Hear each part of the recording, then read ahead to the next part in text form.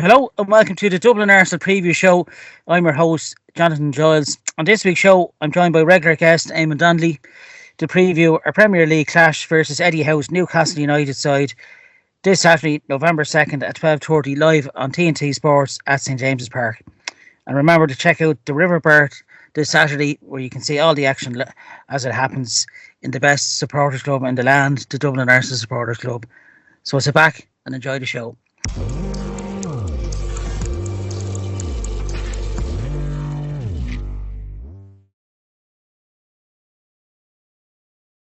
As I said, I'm joined by my regular guest, Arsenal season ticket holder and the man with the best knowledge that I've ever talked about Arsenal, past and present, Eamonn Donnelly. How are you?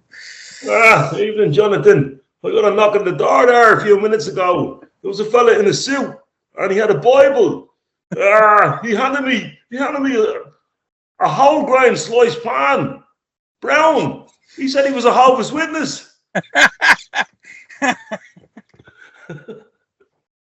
Nigel Gibbons, what do you think about that one?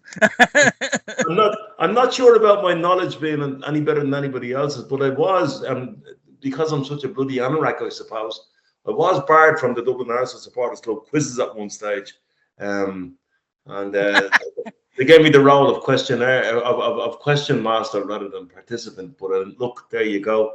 I think as the memory cells get dimmer and dimmer with the gargle over the years, I think I probably stop at about 1982. But look, you know what they said, the older you get, it's only the long term memory that stays with you. You know what was I talking about?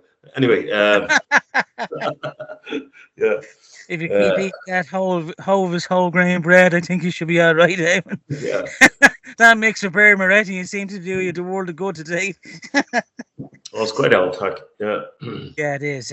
Quality beer. Yeah, and as always, Eamonn, thanks for coming on. As always, we have tried to get a member of the Irish Magpies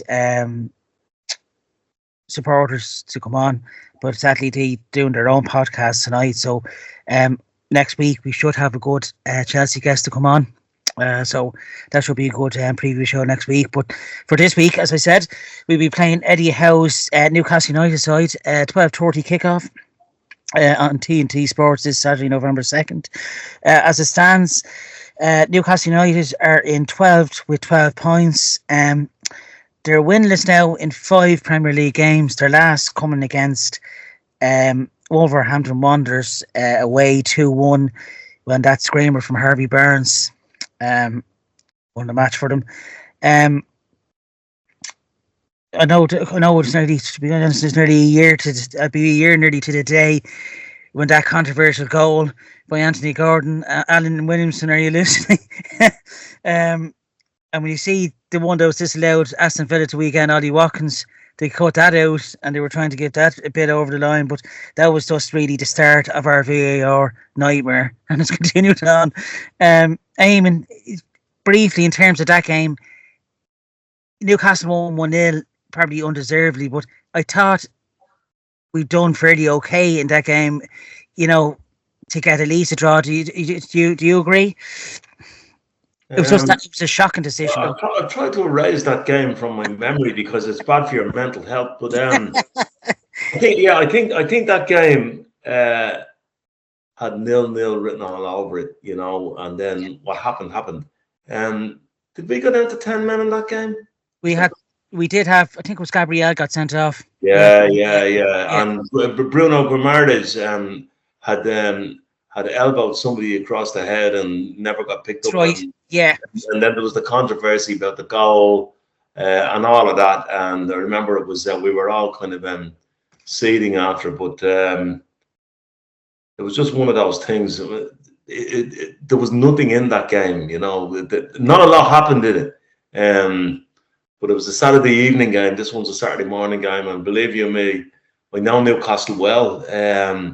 It's a town that's very proud of its football team.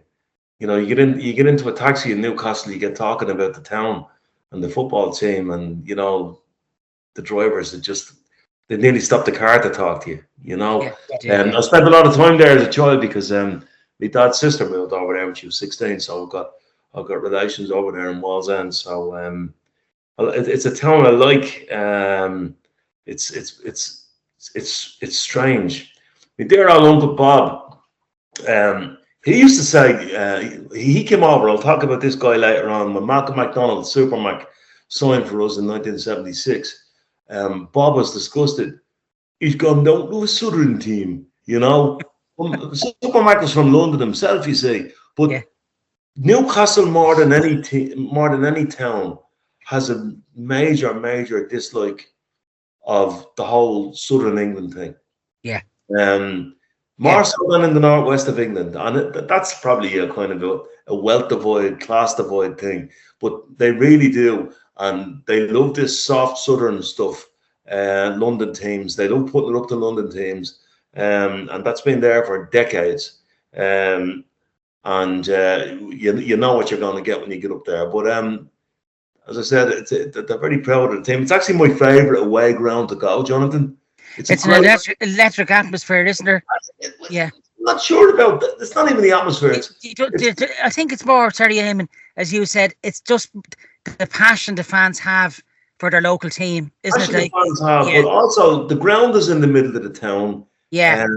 You can walk around free range. You're not going to get abused, right? You can go and have a drink in any of the pubs, right? And then they put you up, kind of, the away fans are upstairs in St. James's Park. Yeah. It's I love it. I think it's brilliant. It's the best view in the house, to be honest. Because they can't get at you. It's great. If you have a fear of heights, you're fucked. But yeah, it is a great. It's kind of iconic. It kind of reminds you where away grounds in Europe where I've been. It kind of reminds you of the San Siro Nou Camp. You're just up at a height, but it's a great. At the same time, it's just a great view because you see everything. You know, St. James's Park, like it's beside the central bus station. Like it's almost like as if there was a stadium beside Bus Artis and Connolly Station. Yeah, it's really on the metro thing. It's beautiful, yeah. When you compare it to the Stadium of Light in Sunderland, it's a bit of a track out, But I know it's a great city as well, and they're it kind of reminds you a bit of Liverpool. They love the Irish as well, once they hear the accent, they're very friendly. I'm not sure about that.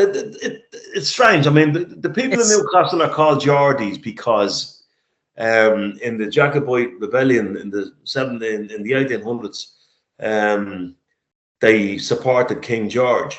So they have that very kind of English thing about them. And as well as that, like a lot of Irish immigrants didn't get as far east as Newcastle. They kind of settled on the west coast. But as I said, they're very, very, very proud of their town, and it's a great town to go to socially. Even for the likes of say stag parties, right? They have this thing, where the way we'd all back in the day we would go to stag parties and the like. You'd be trying to sneak in 2 at a time. Don't let the bouncers know we're on a stag. They just have signs up saying, all stag parties welcome, just behave. I like that, The way you should be. It's a party town, but it's a friendly party city, To be honest, the flights are dirt cheap, but it's definitely worth going. You'll have a great weekend there, windows are and once again, this Saturday morning, I'm sure the place will be rocking with Gunner fans and Newcastle fans. I know briefly, Eamon, you were at the game in the Emirates back in February. We won 4-1 that game. We were 4-0 up. It could have been probably 7, 8, 9. Were you really like? Remember you saying back in the February podcast, the electric start. Newcastle just couldn't cope with it. We started so quickly, didn't we?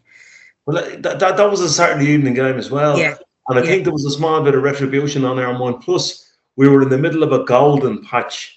A kind of 5 or 6 games into the reset. But what I said on the podcast was that it was the only time I've ever seen the Arsenal where I knew at 0-0 we were going to win. It was just, it wasn't. I just knew at 0-0 the way we dominated that game in the first 15 minutes. They were on their knees, But that that was a Newcastle team, Jonathan, going backwards at that time, and we were going forward. So it's a different set of circumstances. They have a lot at stake now on Saturday. The manager's under pressure too. Yeah. So for all people who, without getting back into the Arteta critics, but why didn't we get Eddie Howe? Why didn't we get Graham Potter? Why didn't we get, Maureen Potter? I don't know, Harry Potter. But Eddie Howe was a good manager who really kind of did wonders to carve out the career he has for himself in terms of the way he did it coming up from the lower divisions. Really top class. But he's coming under pressure now, and the reason why he's coming under pressure, he got top 4 for them the season before last, and that generates an expectation. And they have good players. I was just looking down the list, like Isaac, what we wouldn't give to have him. Gordon, Tonali, Guimaraes, Almiron 2 years ago looked like he was going to become a world beater. Joe Linton last season, and they've got good solid defenders like Shar, good international. They should be. If you looked at Aston Villa's squad and you looked at Newcastle's squad, you'd say they should be competing neck and neck. Yeah. Well, Aston Villa, I think, Yeah, I think they probably would have strengthened further aiming only for the financial fair plays in place now, and they're watching what they're spending now as well, isn't it? They probably would have signed a bit, maybe 1 or 2 more, you could say, maybe superstars, but it is testing times for Eddie Howe and co. As I said, they're 12th position with 12 points. I thought when they got the draw at home to against Manchester City at the end of September, I thought that's maybe when they would have kicked on, but they've actually they drew 0-0 the following weekend with Everton. They've lost at home, which was surprising, to our ex-player Danny Welbeck, 1-0. And then, of course, Chelsea there the weekend, 2-1. Jonathan, I saw, I've actually seen them 3 times this season. Right? Yeah. I saw them at home to Tottenham, and they should have been about 4 or 5 down. They were that bad. Yeah, right? I remember that game. Yeah, they were pretty woeful. And they won 2-1. I saw them against Man City, and they were plucky and brave. And this is the thing about Newcastle: you can't read them. You just can't read them. Against Man City, they went 1-0 down, and they really got the game by the scruff of the neck, and they deserved the point that day. And you know what? I was watching the game before our own game against Liverpool. I was in the King's Head in Finsbury Park, watching the game against Chelsea. They were quite good. They were decent against Chelsea. So you just can't read them at the moment. They're kind of hot and cold, but they have good players. They're a danger. I actually think that the fact that it's a 12:30 kickoff, while it mightn't suit us logistically in terms of the travel and the rest time and all that, they have a game tomorrow night as well. So they have a big game against Chelsea, haven't they? Yeah, that's a huge game. It's hard to believe, Eamon. It's 55 years waiting for the trophy, isn't it?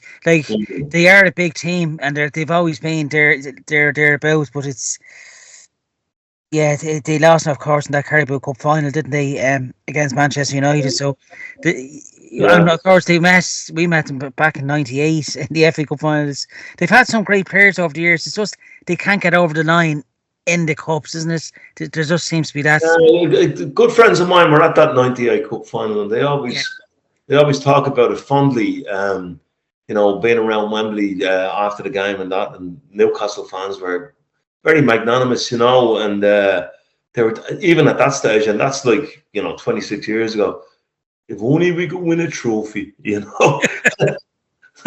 So. Yes. Take note, No, but at the moment they're just a bit hot and cold, and if you let them get a grip on you, you're in trouble. I think we can do enough. Again, with us, it depends on who we have playing, but I don't think we're in as pessimistic shape. In terms of the lineup, as we would have been coming into the Liverpool game. I think Timber will be okay. Saliba's back. That's a huge plus. Huge, you know. I think when you're facing the likes, the pace of Alexander Isak, who was a target for us a couple of summers ago, he would have been a fantastic addition, but he's kind of going through a bit of a dry spell up to the goal on Sunday against Chelsea. And Almiron and Tonali, you know, they've got good players there, Eamon. Do you think you'd be worried there on Saturday? Do you think, you know, where do you think the game will be won and lost, really, I suppose? I look at that type of game and I think Guimara is a bit of a force in nature in midfield, but I think I think I'm looking at Marino, Rice and Partey, and I'm thinking we're strong enough to be able to deal with that. And I think we can outmuscle them in midfield. But again, Jonathan, that depends on whether Partey has to play right back or in the middle of the park. You know, I think we've enough in the middle of the park to trouble them. I hope Saka is fit. I can tell you, I said it on the podcast on the review. He played on one leg on Sunday. He's that important to us. He played on one leg on Sunday, and you know that's what he can do on one leg. He's that good, you know. I think we can hurt them through the middle more so. And when I see defenders, and you always hear this, you know, palaver on Sky, Dan Burn. Oh, what a great story it is. He was a boyhood Newcastle fan, and blah blah blah. I actually think he's a stick. You know, I think he's an absolute stick. They're probably words that will end up kind of haunting me. But you can really get at him. The type of mobility we have up top, if Dan Burn is playing, we have a real chance of hurting him. And I think that we should target him, you know? Yeah, I think anything in the box, he's sticky, isn't he? Like, he can make the rash decision, you know. He got away with one probably against Chelsea and Kunku, you know. He's quite clever at times, Dan Burn. He makes it look like the other player's fault because he's kind of so clumsy because he's tall. But his turn is slow. There was a 0-0 draw the season before last in January at our place, and sure he practically did a judo maneuver in the box, and we should have had a penalty, and it was never given. Do you remember that? Yeah, I do. Actually, it's come to me. Unfortunately, much as I like my Newcastle folk and all that, this particular fixture at James's has become quite acrimonious over the last few seasons. Yeah, there's a bit of bad blood there, isn't there? Yeah, there's a bit of bad blood, and it goes back to when we were chasing down top four, and we sent out Ben White on one leg. We were really struggling. We'd lost Partey, we'd lost Saliba, and they beat us 2-0. And we never laid a glove on them. And they were very triumphant. They were quite triumphant about that. Then the following season, we went out and bet them 2-0 in a very, very acrimonious game. You know, and then last season they were kind of, you know, hooping and hollering because they beat us 1-0 with the goal. You could see the smug look on that Williamson fellas. I tell you, whoever he is, you know. I still haven't seen him walking around fingerless, and I'm waiting, you know. Yeah. Alan Williamson, are you listening? Only kidding, Alan. You're still on tonight. Yeah. So look, I think it's down to this. If we're at our stuff properly, I think we'll win the game 1-0. Yeah. Yeah, I take a 1-0 because St. James's is a very tough ground to go to, you know, and no team gets a real you could say easy game there. And as you said, the last couple of seasons, there's kind of a bit of tension there, isn't there? You know, you can there's a few tackles that go in, or you know, just a bit dirty, but it's nice to see that fight as well in a match, you know, and I think it's good to have that bit of rivalry and tension in a game. Yeah, it gets the players really up for it, but it can be a raucous atmosphere. But I think, as you said, 12:30 at St. James's, it won't be as boisterous if it was a 5:30 kick-off, I think, but you never know. We could be eating our words here, but just a few ex-players we were saying before we came on air, Eamon, the one and only Sol Campbell played one season for Newcastle. Matthew Debussy, he was a pretty decent right back until he got that injury against Stoke. Joe Willock, of course, who's still there, went on a good scoring run during the lockdown. I think he scored in 8 or 9 games, which pretty much kept him up for Steve Bruce. Isaac Hayden, who was another decent enough kid that came through the academy with ourselves. Mikel Moreno, of course, our very own Spaniard now. He got 1 goal while he was on loan there. And the St. James's Park fans actually really wanted to sign him. They really wanted the one player to stay, and that shows how high regard they see him in. Another one you'd like to talk about, Eamon, and you mentioned his name at the start, Malcolm MacDonald. How good was he? Super Mac. Well, you see, he was a bit of a law unto himself in that he was a stocky bloke that didn't probably have the best lifestyle. He was a London boy, you know, and he probably didn't have the best lifestyle, but he had Olympic sprint pace and a hammer of a left foot, plus a nose to be in the box, and he was brave in the air. But the thing about Super Mac was, he signed for Arsenal. I'll never forget it. £333,000, 333 and 33 pence, a third of a million, right? I think it broke the transfer record at the time.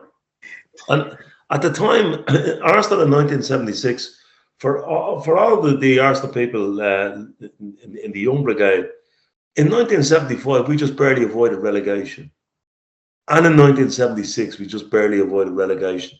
So here's a relegation threatened team with young lads like Liam Brady, Trevor Ross, Richie Powling, young lads, right? And all of a sudden we signed Malcolm MacDonald, and it was a bit like when we signed, I'm not comparing as a player Malcolm MacDonald to Dennis Bergkamp, but the wave of optimism that generated. And you know what? We finished 8th in the league the following season. And that was the cornerstone of the Brady, Staple and O'Leary team. And Malcolm was a big part of that. He said, I'm going to come here and score 30 goals. And he did. Both seasons he got 30 odd goals. You know, now Frank Stapleton would have a view. He keeps kicking the ball into the net. When I'm putting it in, he goes in and finishes it off. You know, like as I say, at the end of the day, Malcolm was, as I say, a good player. But I think he robbed some of Frank's goals. All credit to him. But no, Malcolm was, but he was a bit of he was a superstar. You know, but I have to say he only played 2 seasons for us because he got cut down by injury. He was a big part of the new wave of Arsenal that happened when we won the double in 71. We should have won the league in 73. Then we collapsed, and they got rid of all the old guard. It was a team of kids, and there's a great interview. If you ever go into, there's an Arsenal documentary, 100 Years of Arsenal, the centenary. It's on YouTube, but they come to Malcolm. And remember, he's a London boy, very suave looking, you know, and he goes, that club got into my blood. They do everything brilliantly, from the manager to the tea lady. Not just a good job, brilliantly. He actually became, even though he's revered up in Newcastle, there's a statue and all up there, Arsenal, he said, got into his blood, you know. So we've great old time for Supermarket the Arsenal. Those of us who remember him, he's still with us. He had not the best of health over the last number of years, but he was terrific. He scored 5 goals for England in 1 match. You know, was he? There's another win. You know, yeah. Was he a fair Eamon to like Bukayo Saka is for us when we go to the Emirates? Was he a player to get you up off the seat? You know, was he that type of, or was he just naturally gifted? No. Naturally gifted striker? No, because the real superstar in that team was our very own Liam Brady. Yeah, Liam got you up off the seat. Yeah, Liam was like Martin Odegaard. You just knew when Liam had the ball. In fact, Supermac himself, anecdotally, on that documentary, I'd urge any Arsenal fan to watch it. He goes, Liam Brady. He said, when Liam got the ball, we used to all just have a conversation, amble up towards the box, knowing that at some point he's going to just beat everybody and the cross is going to come in. Yeah, you know, 9 times out of 10. Well, no, Malcolm was a goal scorer, but he had again, he was burly, and he had an explosive burst of pace and a left foot that would actually take the net off, Yeah, he defended his shot as well, hadn't he, from the goals? Yeah, Malcolm. Yeah, and you're right there. When I did go to St. James Park, along with the statue of Bobby Robson, Malcolm MacDonald is dotted around that ground as well, which is a nice touch. If any Arsenal fan, before we finish, Jonathan, would he be close to Eamon, do you think, briefly? Do you think he'd be in held high regard with Newcastle fans as high as Alan Shearer will be? As a god. I think Jackie Milburn, Alan Shearer, and Malcolm MacDonald, they are 3 Newcastle, right? Yeah. He's absolutely phenomenal for Newcastle. But I would urge, before we wrap up, I'd urge any Arsenal fan, no matter what age you are, just go into YouTube and put in Arsenal 5, Newcastle 3, 1976, right, on YouTube. And you'll see a game that was played in early December. And the pitch was really, really frozen solid, back in the day when we used to get frost and ice in November and December. Yeah. And it was Malcolm's first game against talk about don't celebrate against the team. He got a hat-trick. He got a hat-trick against Newcastle. That was Malcolm for you. Malcolm could always make the headlines, Yeah. When he wanted to, he'd do it in style. Yeah, and a legend for both clubs as well. It's great to talk about a player that played for both clubs, deemed a legend by both teams as well. Just briefly as well, Eamon, on some of the ex-players, your thoughts on Sol Campbell, Debussy, Willock and Hayden. Obviously, Sol Campbell, what can you say? A legend, isn't he? Well, having met the man, Sol was just brilliant for us, and look, I mean, I take great great pride in 2 things: the chant "den den den den," Sol's a gooner, that one, and also, he keeps referring to the Arsenal as we, having, he got a very rough time at Tottenham. Read his book. Isaac Hayden was a young kid in the ranks. He was a bit like Ainsley Maitland-Niles, but he didn't get as much game time. Kenny Sansom, love him. He skippered us for a number of years, and he got his trophy. He captained the team to the 1987 Littlewoods Cup, League Cup.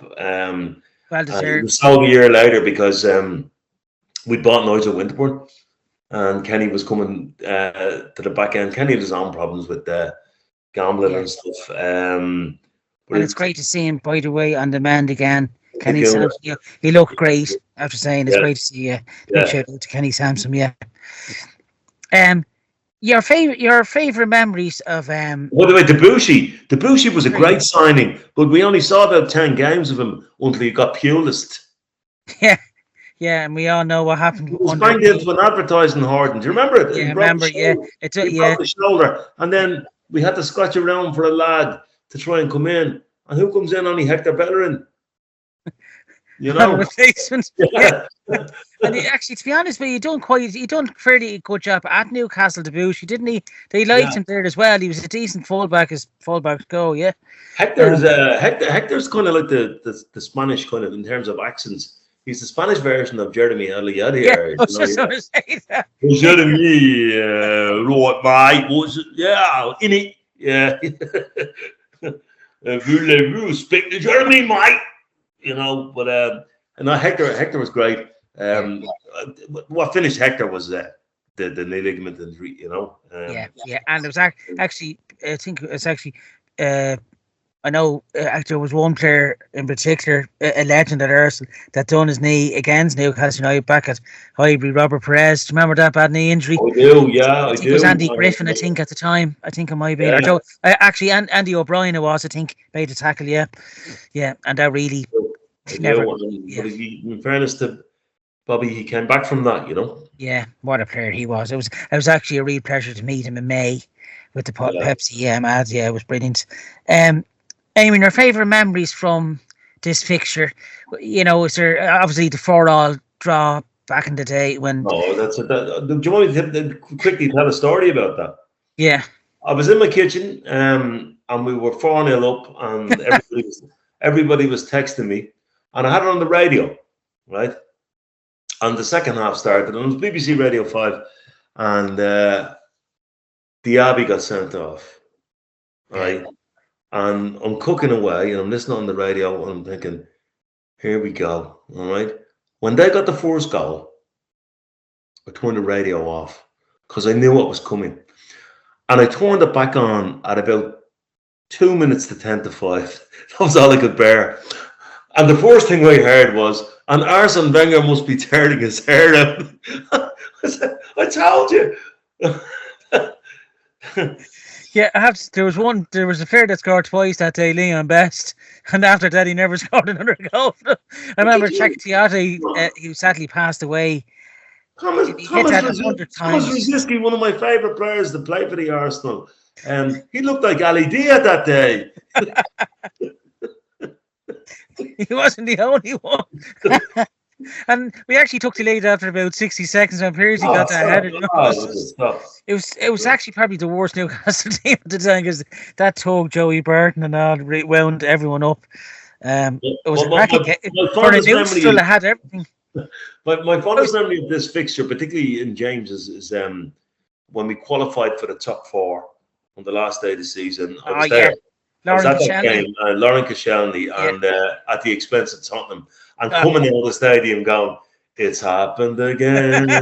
It's happened again! Tottenham Hotspur! It's happened again!" That was give me joy in my heart, keep me singing. Do you know what I mean? That was proper. Yeah, that was. It was actually. I think that might have been the same day Man City pipped United to the title in 2012. It was a great day because the crowd. I was in the Mercantile. We had one half, and the other half was on United fans, and it was in the last minute Aguero scored. It was brilliant. We pipped Spurs to 4th, and you lose the league in the last day. He couldn't have read his script any better. In terms of, I'm going to begin with your favourite goal. Mine has to be, and I think there's only one really for me, Dennis Bergkamp. That turn on poor old Andy Griffin and Shay Given. What a finish. It was the Greek lad, wasn't it? Dabizas or whatever his name was. Sorry, was it Dabizas and Andy O'Brien? Yeah. Yeah. What a turn, though. Just Pirlo-esque turn. Oh, just... Yeah. He was actually at a book launch, wasn't he, there the weekend? I saw him in the Emirates. He was signing the... Yeah. What was your goal? I did like that goal that Theo got. Yeah. Against him when he fell over. And everybody else could have said, well, he's after falling over. And then the little bastard got back up and curled it into the corner. I did quite like that one too, I was there that night as well. That was over Christmas, yeah, that was. I think we won 7-2 that night. 7-3, 7-3. Yeah, that was a cracking game actually as well. Yeah, you have to say there's. To give you one thing, in most of the games against Newcastle, you're guaranteed entertainment, aren't you? And goals. It's always been a decent fixture. Yeah. It's. I have to say, it's the away section in St James is just mad though. Just the high just doesn't credit. There you go. You don't see all the outlaws' knees rattling as you get higher. And especially when you're tanked full of booze. You have to get a boarding even pass. Handrails going down the stairs. You have to get a boarding pass to go up there. You're closer to Newcastle Airport than you're to Scrap. You have to check in 24 hours beforehand, Anyway. Yeah, I know it should be. It's going to be, I think, hopefully a cracking game. At St James Park. What do you think score-wise, Eamon? Are you going to stick with 1-0 to the Arsenal? Yeah, I'll take 1-0. I think we've a bit more. I think we've a bit more about Newcastle. Newcastle's form is quite poor, and I think we might be facing them at the right time. But I'd probably go with 2 or 3-1. I think Saka will cause Dan Board. I think so. I think this game could be made for Eamon Kai Havertz. I can see him. Yeah. But you know the way when you buy a can of tuna there's a little disclaimer on it saying no dolphins were injured in the Yeah. in the killing, in the making of this tune. What about the poor old tuna? He must feel like an inferior relation. Hey, they leave you alone, they're going to kill me. But what I'm saying is, when I make these predictions, people need to know I hate doing this because I don't want to put a Jonah on the Arsenal. So I'm saying 1-0 to the Arsenal, but it's not really me. Every silver lining has a cloud. Expect the worst. And everything will be okay. The only way is up, Yeah. We all know Eamon will have a stinking hangover come 12:30. So we won't be in our full mindset. Oh yeah, Fortunately. that's the other thing. Just for anybody who's mad enough to listen to this show, I'm going to a Style Council tribute band on Friday night, so I'll be in Blinding for him on Saturday morning. So We're all looking forward to that. You could say it's the full Irish Rods and Mocker style, Eamon. yeah. There you go. It should be great. Morning, and in the Dublin Arsenal Supporters Club, the River Bar, as always. You can catch the gang there from the committee, and all new members, of course, are welcome to the growing Arsenal family. I'd just like to thank, it's been a good preview show. I'd just like to thank Eamon Donnelly. Thanks for coming on, pal. Great chat and great trip down memory lane as well. Of course, you can catch our show on the Dublin Arsenal YouTube channel and on Spotify. As always, thanks to Martin Stoneville who edits this. And we will see you next week for our preview of Chelsea, which is, of course, away next week. So thanks for listening. Like, comment, and subscribe, and have a good week. See you later. Thanks. Bye-bye. Thank you.